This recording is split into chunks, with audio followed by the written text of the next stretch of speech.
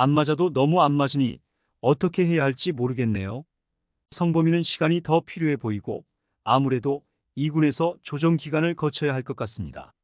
이범호 감독은 좀처럼 타격감이 올라오지 않는 나성범에 대해 이와 같이 이야기했는데요. 기아는 현재 중심 타선에서 나성범이 부진하며 전체적인 타선의 슬럼프가 계속되고 있죠. 이와 관련된 내용 자세하게 정리해 드리겠습니다. 시동이 너무 늦게 걸리는 걸까요?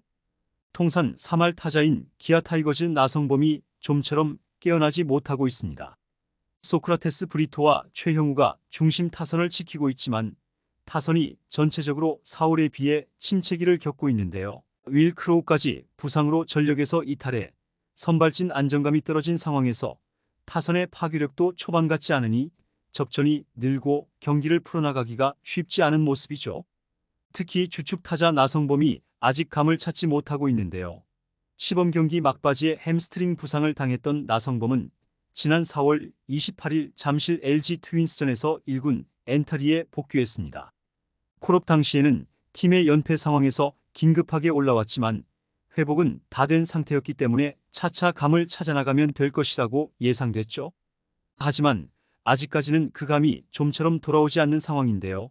나성범은 12일까지 9경기에서 34타석 25타수 2안타 타율 8푼에 홈런과 타점은 없는 상황입니다. 지난 주말 SSG 랜더스와의 홈 3연전에서도 첫날인 10일 선발 출장했지만 3타수 무안타 3삼진 1볼넷으로 침묵했고 12일 열린 더블헤더는 체력 안배 차원에서 1차전은 휴식을 취하고 2차전에 지명타자로 나와 4타수 무안타 1삼진 1볼넷을 기록했죠. 그간 나성범은 볼넷보다 삼진이 많은 유형의 타자였지만 복귀 이후 오히려 볼넷 출루는 늘어났는데 안타성 타구는 시원하게 나오지 않는 모양새인데요. 안타 2개 가운데 1개가 2루타로 일단 장타가 터지지 않고 있습니다. 물론 지금의 부진이 나성범의 원래 모습은 아닌데요. 그는 프로 통산 1300경기 가까이 뛰면서 통산 타율 3할 1푼4리에 251홈런 984타점을 기록한 타자죠. 지난해에도 큰 부상이 있었음에도 불구하고 복귀 후 3할 6푼 5리의 타율과 18홈런 57타점을 기록한 믿을 수 있는 톱클래스 선수입니다. 때문에 이범호 감독도 나성범에게 변함없는 신뢰를 보여주고 있지만 그가 감을 찾지 못하다 보니 공격 계산이 꼬이는 것도 사실이죠. 이범호 감독은 그간 상위 베스트 타순을 김도영과 나성범을 붙여서 쓰는 조합이라고 구상을 밝혀왔는데요. 하지만 최근 기아의 공격을 보면 김도영과 최형우 사이에서 나성범이 침묵하니 주자를 쌓아 점수를 뽑기까지의 과정이 순탄치가 않습니다. 언젠가는 살아날 선수지만 과연 그 시점이 언제냐가 이제 관건인데요. 기아는 최근 10경기에서 4승 6패에 그치며 상위권 팀들의 거센 추격을 받고 있는 상황이죠. LG 트윈스와 두산 베어스가 치고 올라오면서 1위 기아와 5위 두산의 경기차가 단 2.5경기 차에 불과한데요. 나스탄 나성범의 부활이 파괴력 회복의 키가 될 수 있습니다. 기아는 올해 4월 9일 1위 자리에 오른 이후 지금까지 하루도 이 자리를 내주지 않고 순위를 지키고 있는데요. 시즌 초반 주축 선수들의 부상 악재를 모두 이겨내고 만든 성과이기에 더 놀라운 상황이죠. 지난해 정규 시즌 6위 팀이 우승권 판도의 다크호스라는 외부의 평가는 어느 정도 일리가 있었음이 증명됐습니다. 기아는 이후 7할대 승률을 한동안 유지하기도 하는 등 잘 나갔었는데요. 중심 타자 나성범, 선발 이일이, 핵심 필승조 임기영이 빠진 상황이었고 기타 전력 손실도 적지 않은 상황에서 계속 질주했죠. 4월 25일까지 27경기를 치는 시점에 기아는 20승 7패를 기록하며 독주 체제를 굳히는 듯했습니다. 그런데 당시에도 기아는 불안 요소가 있었는데요. 흔들려서는 곤란한 지표에서 이미 이상 징후가 나타나고 있었죠.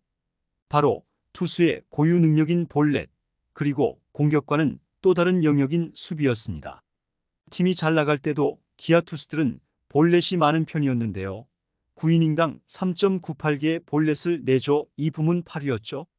볼넷이 많다는 건 향후 마운드가 하나의 잠재적 불안 요소를 가지고 있다는 것을 의미했습니다. 게다가 야수들도 총 27개의 실책을 저질렀는데요. 경기당 하나 골이었고 리그에서 가장 많았죠. 공격은 사이클이 있어도 수비는 흔들리면 안 되는데 1위 팀답지 않은 기록이 2개나 있었던 셈입니다. 결국 이 문제가 최근 들어서 연쇄적으로 터지는 모양새인데요. 기아는 4월 26일 이후 5월 12일까지 13경기에서 5승 8패에 그치며 좋았던 흐름이 한풀 꺾였죠. 오히려 박찬호, 나성범이 차례로 돌아오고 특별한 전력 이탈자가 더 없었는데도 성적이 떨어졌는데요. 역시 볼넷과 실책 문제가 크게 작용했습니다.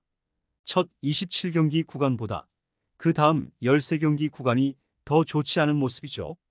4월 26일 이후 기아 투수들의 9이닝당 볼넷 개수는 4.31개로 리그 9위까지 떨어졌는데요. 시즌 초반에는 그래도 탈삼진이 꽤 있었는데 근래에는 이마저도 줄어들며 탈삼진 볼넷 비율이 1.54개로 리그 최하위까지 떨어졌습니다. 또한 역시 경기당 1개골인 13개의 실책을 저질렀는데요. 투수들은 볼이 많고 야수들은 실책을 하면서 부지런히 번 점수가 자꾸 딴 곳에서 새고 있죠. 12일 열린 SSG와의 더블헤더 2경기에서도 1승 1패를 기록하기는 했지만 중요한 순간 볼넷과 실책이 난무하며 어려운 경기를 했는데요.